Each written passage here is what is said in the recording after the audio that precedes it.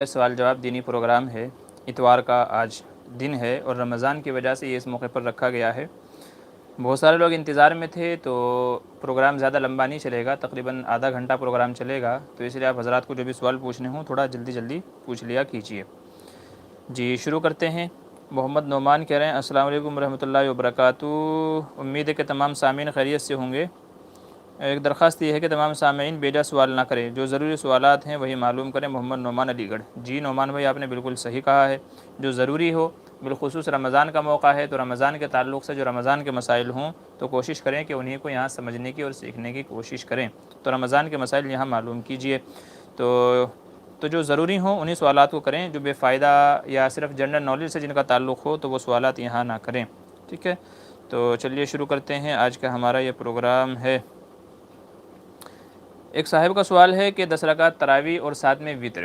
بعض جگہوں پر ایسا ہے کہ اس رمضان میں، جیسے حرمین میں ہے، ایک بندے کا فون آیا، وہ کہہ رہا ہے کہ جی میں حرم کے اندر ہوں اور جو ہے یہاں پر 10 رکعت تراویح ہو رہی ہیں اور ساتھ میں 1 رکعت وتر ہوتی ہے، تو میں کیا کروں 10 رکعت تراویح اور ساتھ میں 1 رکعت وتر، تو میں تراویح کے ساتھ میں 1 رکعت وتر پڑھ کر کے چلے جاؤں یا اس کا کیا مسئلہ ہونا چاہیے، کیا کرنا چاہیے؟ تو اس کا جواب یہ ہے، اچھے سے سمجھ لیجئے، جو لوگ بھی گلف میں، سعودی میں یا دوسری جگہوں پر ہیں جہاں 10 رکعت ہوتی ہے یا 8 رکعت تراویح ہوتی ہے، پڑھنی پڑتی ہے، تو ان لوگوں کے لیے مسئلہ یہ ہے کہ وہ 1 رکعت وتر ہو یا 3 رکعت وتر ہو، امام کے ساتھ نہ پڑھیں، بلکہ پہلے گھر جا کر کے اپنی بقیہ 10 رکعتیں مکمل کریں، 10 رکعتیں یا 12 رکعتیں گھر پہ جا کر کے اپنی تراویح کی مکمل کریں، پھر اس کے بعد میں اپنے 3 وتر مکمل کریں۔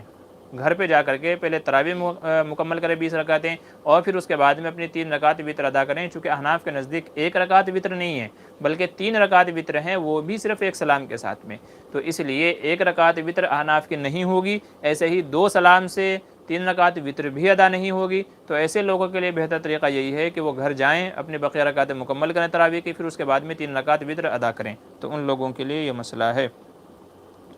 جی محمد ابرار آج کا پہلا سوال یہ کہہ رہے ہیں کیا کوئی گل کر سکتا ہے روزے کی حالت میں؟ دیکھیں گل جو ایک طرح کا منجن ہے، تو اگر گل کا جو ذائقہ ہے وہ اگر پیٹ میں حلق تک نہ پہنچے، آدمی کے گلے سے نیچے نہ اترے تو کر سکتے ہیں، اور اگر گل ہو یا کوئی دوسرا منجن ہو، ٹوتھ پیسٹ وغیرہ کوئی بھی ہو، اگر اس کا ذائقہ حلق سے نیچے پہنچنے کا اندیشہ ہو تو پھر روزے میں احتیاط کرنی چاہیے، اور پھر روزے میں بندے کو برش وغیرہ نہیں کرنا چاہیے، بلکہ سحری میں یا تو افطاری میں بندے کو کر لینا چاہیے۔ اگر ہاں یہ یقین ہے کہ نہیں میں گل کروں گا، منجن کروں گا، برش کروں گا اور ذائقہ حلق میں نہیں جائے گا، حالانکہ کبھی کبھی بے دھیانی میں ہو جاتا ہے، اس لیے میں کہہ رہا ہوں کہ احتیاط اسی میں ہے کہ دن میں نہ کیا جائے، اگرچہ اگر حلق میں ذائقہ نہیں پہنچا ہے تو کر سکتے ہیں، اور اگر حلق سے نیچے اتر گیا تو روزہ ٹوٹ جائے گا، اس لیے میں نے کہا کہ احتیاط اسی میں ہے کہ نہ کرے۔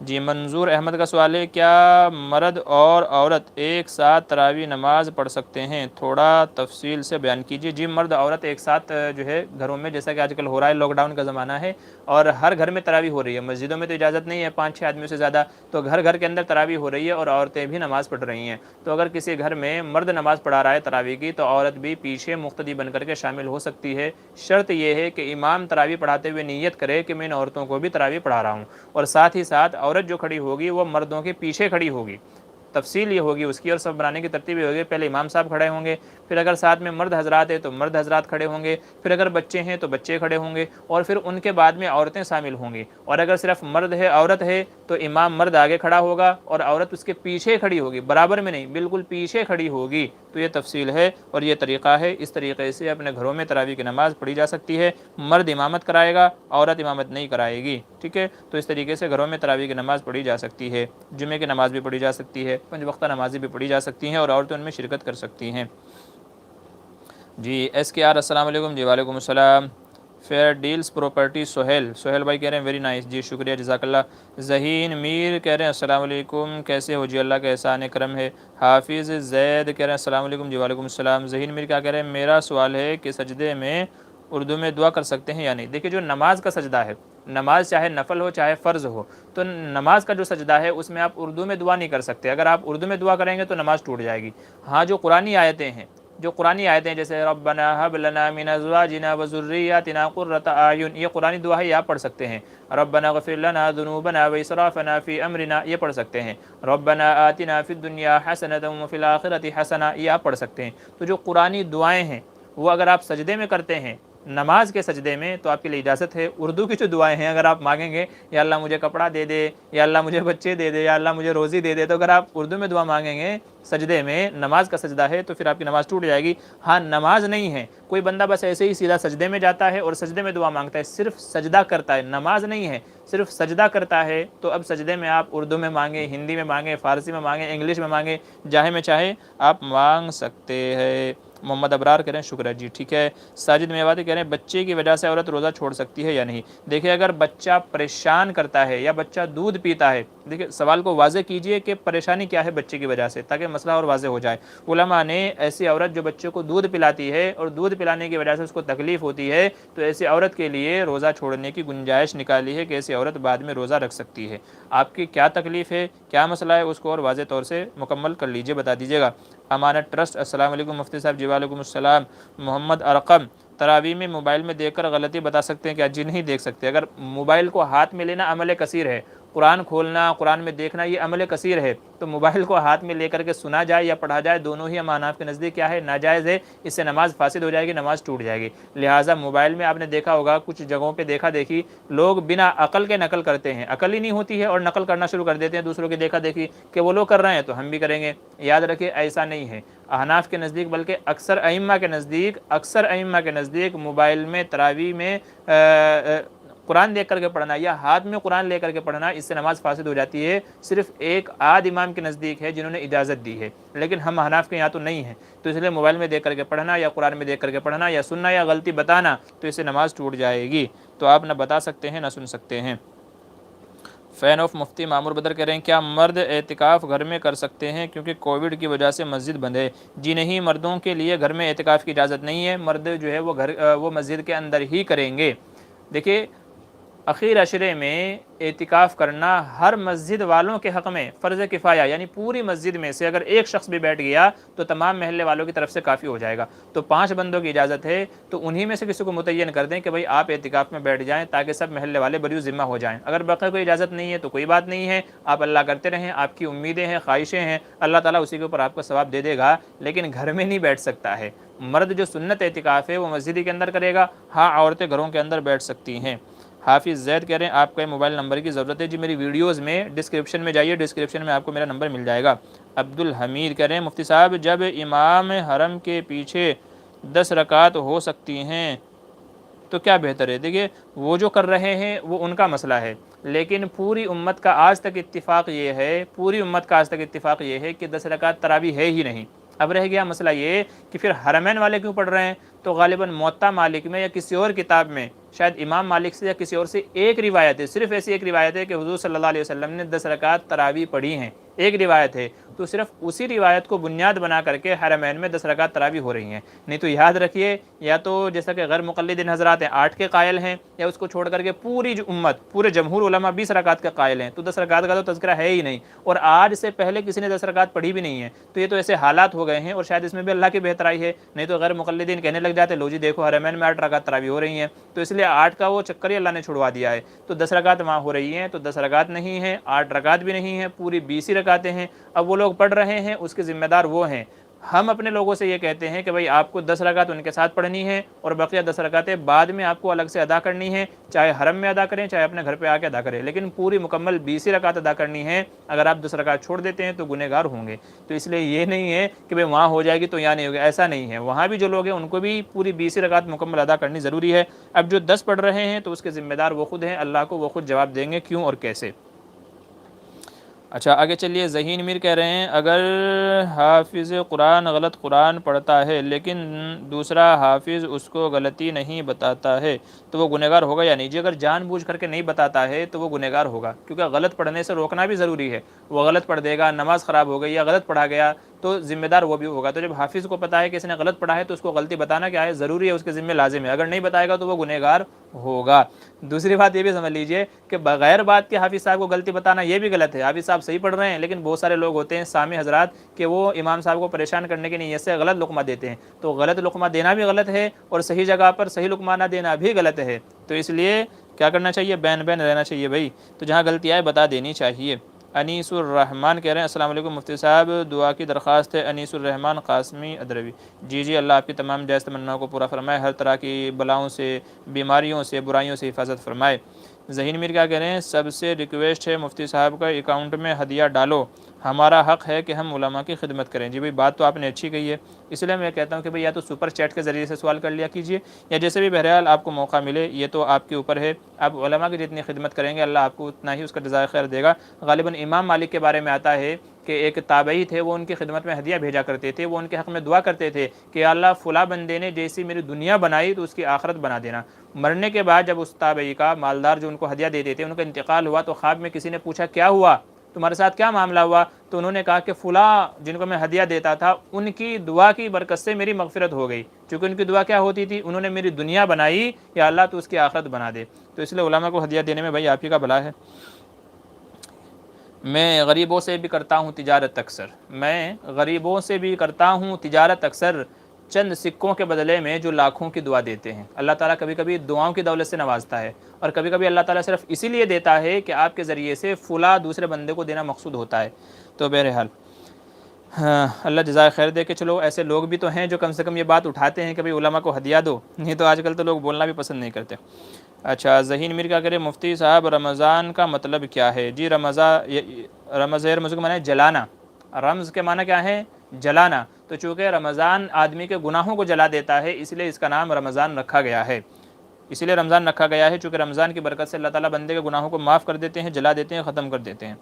ایس کے آر کیا کریں، کیا عورت کی امامت میں نماز پڑھ سکتے ہیں تراویح میں؟ گھر میں کیا کہ گھر ہی کی لڑکی ہماری پڑھتی ہیں، ہم سب پڑھتے ہیں، تو کیا صحیح ہے؟ دیکھیے عورت کو امام بنانا مکروہ ہے، عورت مرد کی امامت نہیں کرا سکتی، ہاں عورت عورتوں کی امامت کرا سکتی ہے، عورت ہے دوسری عورتوں کی امامت کرا سکتی ہے، لیکن عورت کے پیچھے مردوں کی نماز نہیں ہوگی۔ اس لیے مرد حضرات کو چاہیے کہ اپنی الگ سے نماز جماعت سے بنا کر کے پڑھیں، اور عورتوں سے بھی کہیں کہ آپ ہمارے پیچھے نماز پڑھیں۔ لیکن اگر کسی عورت کو پڑھانا ہی ہے، کوئی حافظہ عورت ہے، بھولنے کا خطرہ ہے، تو ایسے حافظہ عورت کو چاہیے کہ وہ صرف عورتوں کی امامت کرے، مردوں کی نہیں، عورت کے پیچھے مرد کی نماز نہیں ہوگی۔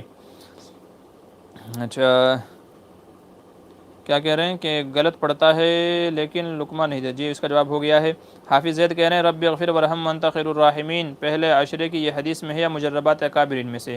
جی جہاں تک میرا علم ہے، فی الحال جہاں تک مجھے یاد ہے کہ شاید یہ مجربات میں سے ہے، اگر حدیث میں ہوگا تو فی الحال میرے علم میں نہیں ہے، انشاءاللہ بعد میں کمنٹ چھوڑ دیجیے گا تو میں دیکھ کر کے بتاؤں گا، پہلے عشرے کی، دوسرے عشرے کی، اخیر عشرے کی جو دعائیں ہیں مجھے دیکھنا پڑے گا، فی الحال میرے ذہن میں نہیں ہے۔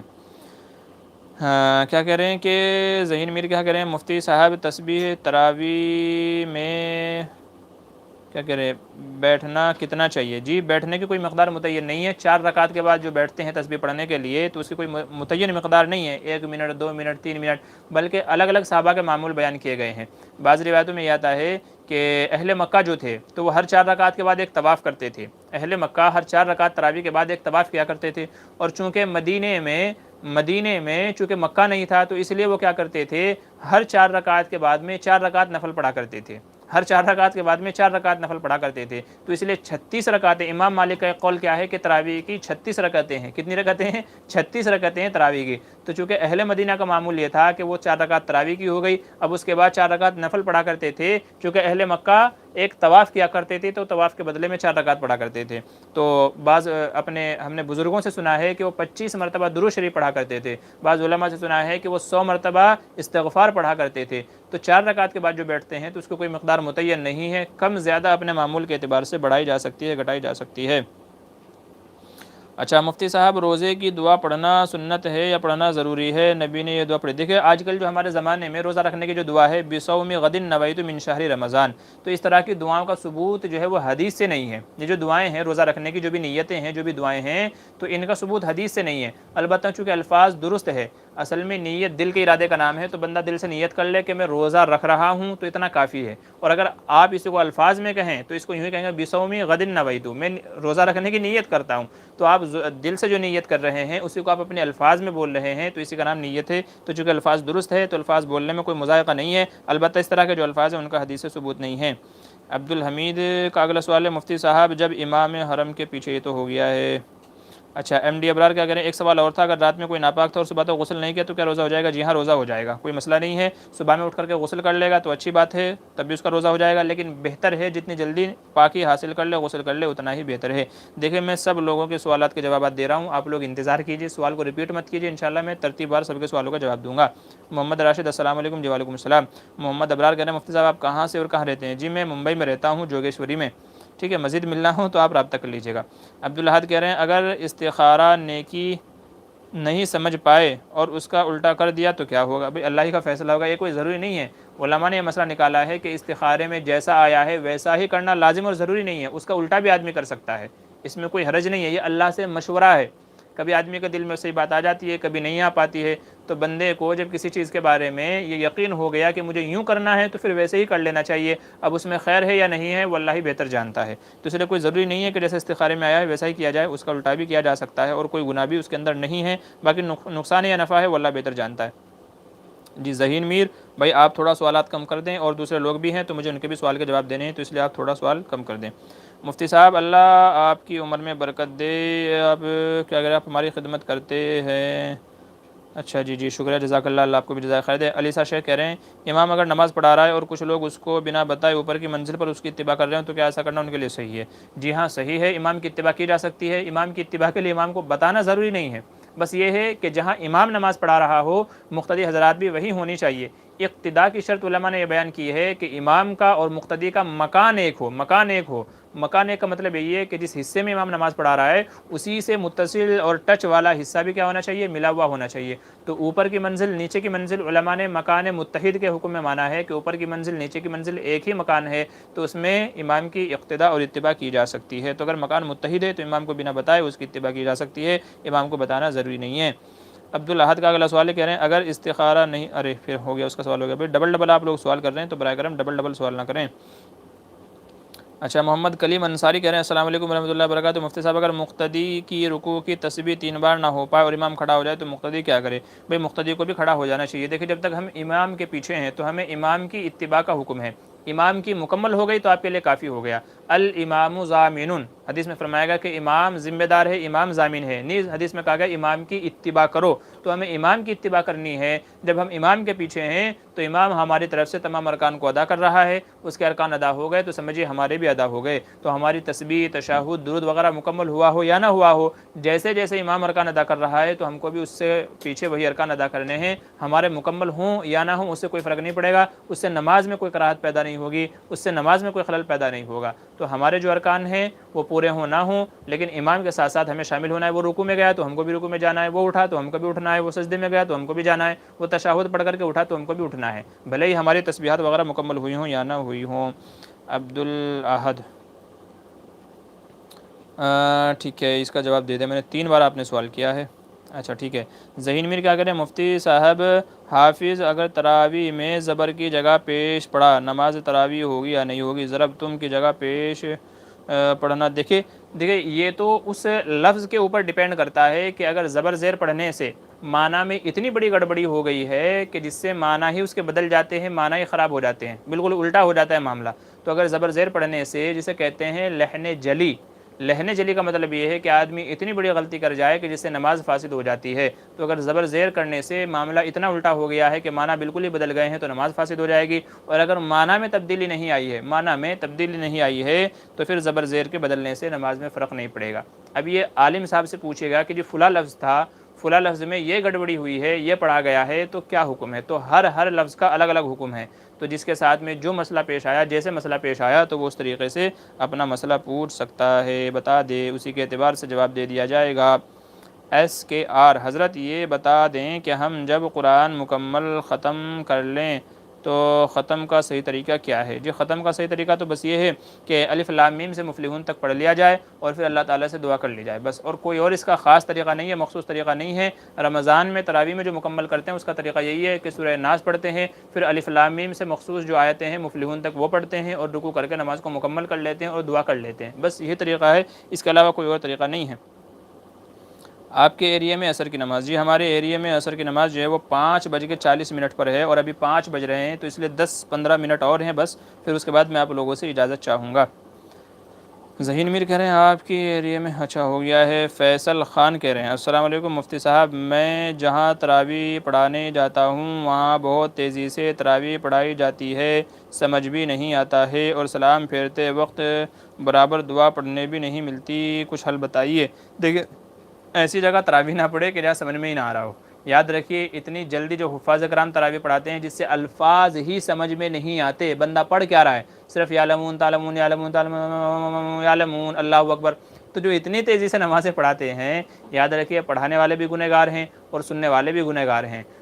پڑھانا بھی آرام سے چاہیے، اطمینان سے، تھوڑی تیزی چلے گی، تھوڑی تیزی چلے گی، لیکن ایسی تیزی ہونی چاہیے کہ الفاظ برابر سمجھ میں آئیں کہ بندہ پڑھ کیا رہا ہے۔ نارمل آدمی کو بھی سمجھ میں آنا چاہیے اس نے ان اللہ علیم خبیر، ان اللہ بما تعملون خبیر، تو تعملون خبیر یہ سب پڑھا ہے تو بندے کو سمجھ میں آنا چاہیے۔ لیکن جہاں الفاظ ہی سمجھ میں نہ آئے کہ اس نے پڑھا کیا ہے، تو وہ پڑھانے والا بھی گنہگار ہے، سننے والے بھی گنہگار ہیں۔ تو اس لیے حفاظ کرام سے بھی میری گزارش ہے کہ وہ اطمینان سے پڑھیں، اور جو سننے والے حضرات ہیں ان کو بھی چاہیے کہ اگر آپ کا امام اتنی جلدی پڑھتا ہے تو اس کو ٹوکیں اور اگر وہ پھر بھی باز نہیں آتا ہے تو پھر اس کے پیچھے نماز نہ پڑھیں، نہیں تو آپ بھی گنہگار ہوں گے۔ تو اس لیے اس شخص کے پیچھے نماز نہ پڑھیں، بلکہ ایسی جگہ جا کر کے نماز میں شرکت کریں کہ جہاں اطمینان سے نماز پڑھائی جا رہی ہو۔ تو آپ کے مسئلے کا حل یہی ہے، نہیں سمجھ میں آ رہا، امام صاحب کو سمجھائیں، وہ نہیں سمجھتے ہیں تو دوسری جگہ آپ اپنی نماز پڑھ لیں، اور اگر دوسری جگہ انتظام نہیں ہے تو اپنی علم طرح سے پڑھ لیں۔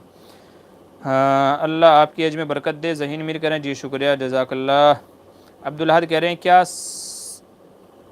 ماں باپ کی نافرمانی کر سکتے ہیں؟ دیکھیے آپ نے جو سوال پوچھا ہے یہ کسی عالم سے مل کر کے پوچھ لیجیے گا، یہاں لائیو سوال جواب میں اس طرح کے سوالات کے جوابات مناسب نہیں ہیں۔ اپنے علاقے کے اپنے مسجد کے امام صاحب سے، عالم صاحب سے مل کر کے ان سے مسئلہ پوچھ لیجیے گا، آپ کا جو بھی مسئلہ ہے، ٹھیک ہے۔ ذہین میر کہہ رہے ہیں مفتی صاحب ہمارا حافظ بہت آہستہ پڑھتا ہے، نیند بہت آتی ہے، کیا کریں؟ فرض نماز کی طرح تراویح پڑھنا کیسا ہے؟ جی ابھی میں نے حال ہی میں مفتی ظرف علی خان صاحب کی ایک ویڈیو اپلوڈ کی ہے جس میں انہوں نے کہا ہے کہ تراویح میں تھوڑا جلدی پڑھنا چاہیے، نمازوں کی طرح پوری قرات سے پڑھنا کیا ہے مکروہ ہے، کیونکہ اتنی آرام سے پڑھیں گے تو لوگوں کو نیند آنے لگے گی، لوگوں پہ مشقت اور بوجھ بن جائے گا، تو اس لیے ہلکی تیزی ہونی چاہیے۔ تو آپ امام صاحب سے ریکویسٹ کریں، ان سے درخواست کریں کہ بھئی اپنی آواز میں تھوڑی سی تیزی لے کر کے آ جائیں، تھوڑی سی، تاکہ تراویح جلدی مکمل ہو جائے اور آپ کو نیند نہ آئے۔ لیکن اگر وہ جلدی نہیں پڑھتے ہیں، اتنے ہی اطمینان سے پڑھتے ہیں، تو پھر آپ ان کے پیچھے نماز پڑھیں۔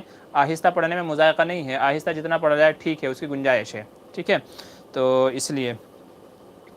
اچھا SKR کیا کہہ رہے ہیں جزاک اللہ واسن الجزا، اللہ آپ کو مقبول عام کریں، آپ کی کاوشوں کو دونوں جہان میں مقبولیت عام کریں۔ جی شکریہ جزاک اللہ، اللہ تعالیٰ آپ سب حضرات کو بھی جزائے خیر عطا فرمائے۔ جی غلام محمد کہہ رہے ہیں اگر کسی نے بیوی سے جھگڑا کر رہا ہو، بیوی سے کہا میں تم کو کیا کہہ رہے ہیں کیا ہے میں تم کو جھاڑ دوں، کیا کہہ رہا ہے، جھاڑ دوں گا کہہ رہے ہو کہ چھوڑ دوں گا کہہ رہے ہو بھائی؟ بیوی نے کہا چھوڑ دو، میں کہا چھوڑ دیا، کیا ایسے طلاق ہو گئی؟ حالانکہ نیت ڈرانے کی تھی، طلاق کی نہیں تھی۔ دیکھیں طلاق میں کچھ الفاظ وہ ہیں کہ جن میں نیت کی ضرورت ہوتی ہے اور وہ کنائی الفاظ کہلاتے ہیں۔ مثال کے طور پہ آدمی کہے مجھے تمہاری ضرورت نہیں، تو اگر اس سے مراد طلاق تھی تو طلاق ہو جائے گی، اور طلاق کی نیت نہیں تھی تو طلاق نہیں ہوگی۔ ایسے ہی اپنے گھر چلی جاؤ، تو اس میں بھی دیکھا جائے گا طلاق کی نیت تھی کہ نہیں، طلاق کی نیت تھی تو طلاق ہو جائے گی، طلاق کی نیت نہیں تھی تو طلاق نہیں ہوگی۔ تو اس لیے جو الفاظ بولا ہے کہ میں تم کو چھوڑ دوں گا، تو اس میں شوہر کی نیت کیا تھی وہ دیکھا جائے گا، میں تم کو چھوڑ دوں گا۔ ظاہر ہے کہ جب لڑائی جھگڑا ہو رہا ہو تو چھوڑنے کا مطلب یہی ہوتا ہے کہ میں تم کو طلاق دے دوں گا، کیونکہ اس نے اس کو قید تو نہیں کر رکھا، قید تو نہیں کر رکھا نا کہیں کمرے میں کہ بھائی میں تم کو چھوڑ دوں گا بولے گا۔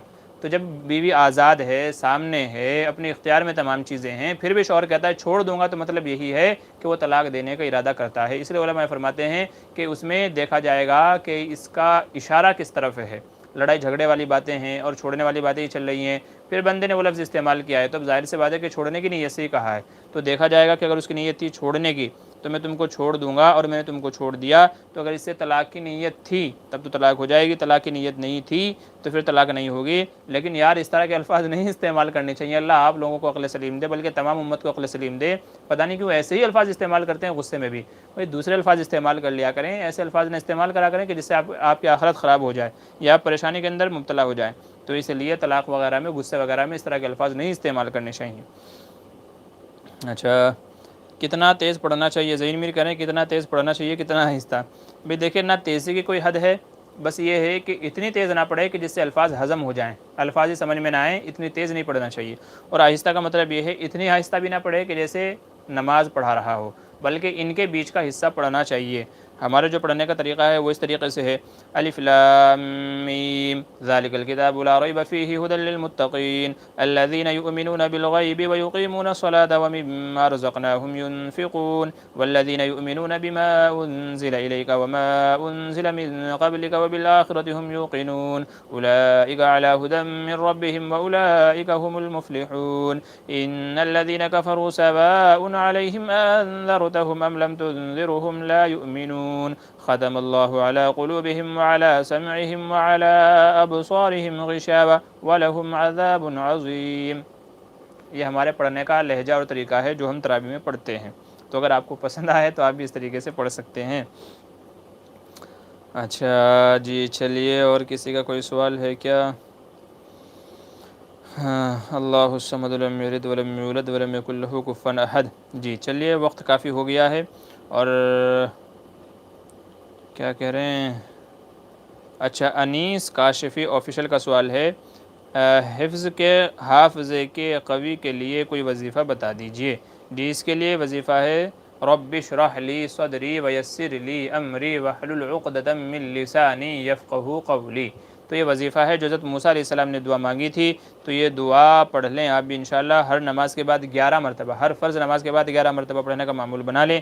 یہ مجربات میں سے ہیں، جن کو بھی بتایا ان کو فائدہ ہوا، تو آپ بھی اس دعا کا اہتمام کریں۔ انشاءاللہ امید ہے کہ اللہ اس دعا کی برکت سے آپ کے بھی قوت حافظہ میں اضافہ فرمائے گا۔ اچھا آپ آہستہ پڑھتے ہو مفتی صاحب؟ اچھا یہ آہستہ ہے، ٹھیک ہے، تو بھائی یہ تو میں نے اپنا طرز بتایا ہے آپ کو، ٹھیک ہے۔ فین آف مفتی محمود کے ماشاءاللہ آپ کی قرأت بہت اچھی ہے حضرت، جی شکریہ، جزاک اللہ، آپ کو جزائے خیر دے۔ فیصل خان کہہ رہے ہیں تراویح پڑھتے وقت رکوع اور سجدے میں فاسٹ جانا ٹھیک ہے یا نہیں، اور سلام پھیرنے سے پہلے درود پڑھنا کیا کریں، درود پڑھنے کیا کریں، درود پڑھنے نہیں ملتا، کیا نماز ہو جائے گی یا نہیں؟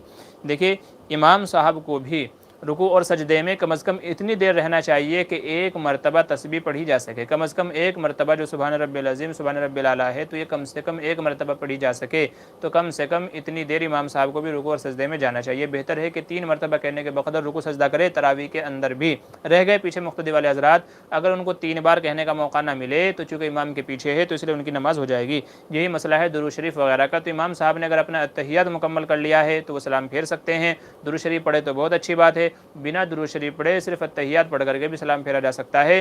مقتدی جو پیچھے ہیں ان کا درود شریف، درود وغیرہ، اتحیات وغیرہ ہوا ہو یا نہیں، ان کی نماز بہرحال ہو جائے گی۔ تو مقتدی کا مکمل ہونا ضروری نہیں ہے، امام کا ہو گیا ہے تو نماز ہو جائے گی۔ آگے چلیے، عارف ڈونگرے یہ کہہ رہے ہیں کہ غیروں کے آخری رسومات میں شامل کیا کہہ رہے ہیں وہ اچھا شامل و شرکت کرنا کیسا ہے شرعاً، اس کے متعلق کیا حکم ہے؟ جی ان کی جو مذہبی رسومات ہیں، جیسے ان کو لے کر کے جاتے ہیں، وہاں جا کر کے ان کو جلاتے ہیں، یا اور دوسری چیزیں جو ان کے رسم و رواج سے کھانا وغیرہ ان کا ہوتا ہے، تو شرعاً اس کی اجازت نہیں ہے۔ مسلمانوں کے لیے ان کی مذہبی رسومات میں مرنے والی جو بھی ہیں یا دوسری ہیں ان میں شرکت کی اجازت نہیں ہے۔ ہاں یہ ہے کہ انسانیت کی بنیاد پر بندے کا انتقال ہو گیا، اسے جلا دیا گیا یا دفنا دیا گیا، تو بعد میں ان کے گھر والوں سے جا کر کے تعزیت کر سکتے ہیں، بھئی میرا دوست تھا یا مجھے اس کے مرنے کا غم ہے، بہت اچھا بندہ تھا، تو بعد میں گھر پہ جا کے تعزیت کر سکتے ہیں، لیکن اس کے رسومات میں شرکت کرنے کی اجازت نہیں ہے۔ اچھا اگر کیا کہہ رہے ہیں، اگر امام کوئی آیت چھوڑ دیں اور مقتدی اطلاع کریں لیکن امام کہہ رہے ہوں کہ میرے حساب سے میں نے وہ آیت ادا کر دی، تو کیا کریں؟ بہتر ہے کہ احتیاطاً امام صاحب کو اس آیت کا اعادہ کر لینا چاہیے تاکہ شک و شبہ دور ہو جائے۔ تو اگر پڑھی ہوگی تو ڈبل پڑھی جائے گی، کوئی مسئلہ نہیں ہے، لیکن اگر چھوڑ دی تھی تو اس کا اعادہ ہو جائے گا، تو اس لیے بہتر یہ ہے کہ اس کا جو ہے اعادہ کر لیا جائے۔ لیکن اگر امام صاحب کو یقین ہے کہ میں نے پڑھی ہے اور وہ اعادہ نہ کریں تو نماز ہو جائے گی، یقین والی صورت میں بہتر وہی ہے کہ اعادہ کر لیا جائے۔ حافظ بغیر سامع کے تراویح پڑھاتا ہے، ان کی غلطی نہیں ہوتی ہے، وہ فرشتہ ہوتا ہے کہ جی ایسا نہیں ہے، بلکہ بہت ساری جگہوں پہ ایسا دیکھا گیا ہے کہ وہاں پر کوئی سننے والا نہیں ہوتا، تو وہ حفاظ اپنے برابر میں قرآن رکھتے ہیں، تو جب بھی ان کی غلطی ہوتی ہے تو وہ اپنا رکوع کرتے ہیں، رکعت مکمل کرتے ہیں، سلام پھیر کر کے دیکھ لیتے ہیں۔ تو ایسا نہیں ہے، غلطیاں سب کی آتی ہیں، بس اس کو یاد کرنے کا، سمجھنے کا، یا غلطی کو ریپیٹ کرنے کا، اس کی اصلاح کرنے کا طریقہ الگ الگ ہے۔ تو اس لیے جن کے یہاں سامع نہیں ہے وہ بعد میں اپنی غلطیوں کو دیکھ کر کے اصلاح کر لیتے ہیں اگر ان کی غلطی آتی ہے۔ ایس کے آر کہہ رہے ہیں ماشاءاللہ قاری صاحب نے قرآن مجید عمدہ پڑھا جی، شکریہ جزاک اللہ۔ ذہین میر اور کیا کہہ رہے ہیں مفتی صاحب امام روکا بہت تیز کرتا ہے، موقع بالکل نہیں ملتا۔ بھئی سب سے پہلے تو آپ اپنی اصلاح کر لیں، اپنے الفاظ کی اصلاح کریں۔ اتنا گڑبڑ آپ لکھتے ہیں کہ مجھے سمجھنا مشکل ہو جاتا ہے کہ آپ نے کیا لکھا ہے، تو اس کو اپنے اعتبار سے سمجھ کے جواب دینا پڑتا ہے۔ دیکھیں امام صاحب اگر جلدی رکوع کر رہے ہیں اور ان کا رکوع ہو گیا ہے تو کوئی مسئلہ نہیں ہے، بس آپ کو ان کی اتباع کرنا ہے۔ ابھی 2 بار میں یہ مسئلہ بتا چکا ہوں، آپ کے لیے ضروری نہیں ہے کہ آپ 3 بار پڑھیں، 5 بار تسبیح پڑھیں، بلکہ امام صاحب کو ہو گیا تو آپ کا بھی ادا ہو گیا، اب بس آپ ان کا ساتھ دیتے جائیں، آپ کی نماز بھی ان کے پیچھے ہو جائے گی۔ ندیم گل کہہ رہے ہیں ذہین صاحب کیا تم سے چپ نہیں رہا جاتا؟ جی سب سے زیادہ سوالات انہی کے ہیں، اور سوالات بھی ایسے لکھتے ہیں کہ سمجھنا مشکل ہو جاتا ہے کہ انہوں نے لکھا کیا ہے۔ اچھا مفتی صاحب آئی پی ایل میچ دیکھنا کیسا ہے؟ بھائی میں نے ویڈیو اپلوڈ کی ہے، آئی پی ایل کے جو نقصانات ہیں، جو خرابیاں ہیں، اس کے اوپر آپ وہ دیکھ لیجئے، دیکھنا جائز نہیں ہے، اتنی ساری خرابیاں ہیں اس کے اندر، تو بہت سارے مفاسد ہیں اس کے اندر، وقت کا ضیاع ہوتا ہے، ٹائم کا ضیاع ہوتا ہے، جوا سٹا اس کے اوپر لگایا جاتا ہے، ٹی وی میں دیکھ رہے ہیں تو الٹے سیدھے ایڈس آتے ہیں، اور اس کی وجہ سے ماں باپ کے اور دوسرے بندے کے اوپر جو ضروری چیزیں ہوتی ہیں ان میں آدمی کمی کوتاہی کرتا ہے، سستی کرتا ہے، تو اس لیے بہت ساری خرابیاں ہیں جن کی وجہ سے دیکھنا جائز نہیں ہے۔ اچھا انیس کاشفی کیا کہہ رہے ہیں پارہ یاد کرنے کا صحیح طریقہ کیا ہے؟ میں قرآن سنا رہا ہوں اور دعا بھی کرنا مفتی صاحب۔ دیکھیں میرا قرآن یاد کرنے کا طریقہ یہ ہے کہ میں فجر کے بعد پورا پارہ ایک بار کہتا ہوں، ظہر سے پہلے ایک بار، ظہر کے بعد ایک بار، اور عصر کے بعد کسی کو سنا دیتا ہوں، مغرب کے بعد ایک بار میں پارہ کہتا ہوں، اور پھر تراویح سے پہلے ایک بار کیا کہتے ہیں نا سرسری نظر سے پارے کو دیکھتا ہوں، تو تقریباً 5 سے 6 مرتبہ پارے کو یاد کرتا ہوں میں، اور پھر اس کے بعد میں پارہ سناتا ہوں۔ تو اگر آپ کو پورا پارہ ایک ساتھ پڑھنا مشکل ہو رہا ہو تو آپ ایسا کریں، پاؤ پارہ پہلے اچھے سے یاد کر لیں، جب وہ یاد ہو جائے کسی کو سنا دیں، پھر اگلا پاؤ پارہ یاد کریں، جب وہ آدھا پارہ مکمل ہو جائے تو کسی کو سنا دیں، پھر پاؤ پارہ، تو پاؤ پارہ آپ کر کے یاد کریں۔ اگر آپ کو ایک پارہ ایک ساتھ یاد کرنا مشکل ہو رہا ہے تو تھوڑا تھوڑا ٹکڑے ٹکڑے کر کے آپ یاد کریے، ٹھیک ہے۔ اچھا اپنی اصلی کرے آپ کو میرے الفاظ اپنا، اچھا کیا کہہ رہے ہیں؟ ٹھیک ہے ٹھیک ہے ٹھیک ہے ٹھیک ہے ٹھیک ہے، اور کیا ہے؟ میت کیا کہہ رہے ہیں؟ میت کا دیدار کر سکتے ہیں غیر مسلم کا پہلے دن؟ جی بھائی غیر مسلم کو دیکھنے جانا ہے تو دیکھ کے تو آ سکتے ہیں، لیکن ان کی جو مذہبی رسومات ہیں اس میں شرکت سے منع کیا ہے، تو مذہبی شرکت سے منع کیا گیا ہے۔ اچھا فین آف مفتی مامور بدر کیا کہہ رہے ہیں مسٹر ذہین کے پاس سوالوں کی دکان ہے ماشاءاللہ، ہاں یہ تو بات ہے بھائی، سوالوں کی دکانات ہیں ان کے پاس بہت ساری۔ کہہ رہے ہیں مفتی صاحب میں نماز پڑھنے جا رہا ہوں۔ جی جی شکریہ جزاک اللہ، آپ چلے جائیں بھائی، پہلے نماز ادا کریں، ٹھیک ہے، آپ نماز پڑھ لیں اور نماز میں دعا کریں اللہ تعالیٰ سے، ٹھیک ہے۔ غلام محمد کہہ رہے ہیں اگر کوئی آدمی کیا کہہ رہے ہیں رکوع میں شامل ہوتا ہے تو کیا وہ شمار کیا جائے گا؟